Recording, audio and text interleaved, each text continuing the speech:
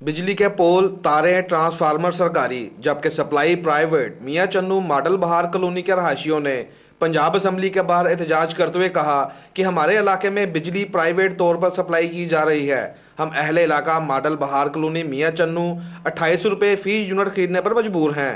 पाक न्यूज़ से गुफ्तगू करते हुए मुतासरीन का कहना था, रईस खान बलोच जो कि इस अपने बिजली का डाउन बनया है वो 25 रुपये यूनिट सानू दे रहा है। अगर असं 25 रुपये यूनिट उन्होंने नहीं दें देंगे तो सारे जुल्म भी करता और सानू सादा रसीदा जो बिल भेजता जिंदा जो बिल आता जनाब किसी के 8000 किसी के 9000 किसी के 5000 रुपया और बिल इस किस्म के भेज रहा जी।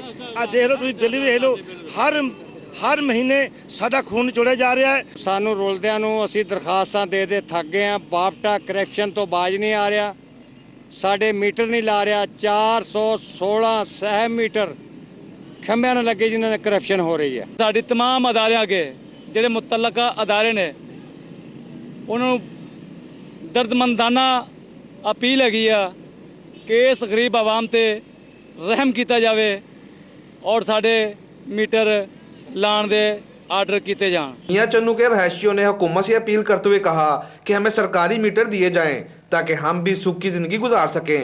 कैमरामैन मोहम्मद बासत के साथ राना शहजादा अल्ताफ, पाक न्यूज़ लाहौर।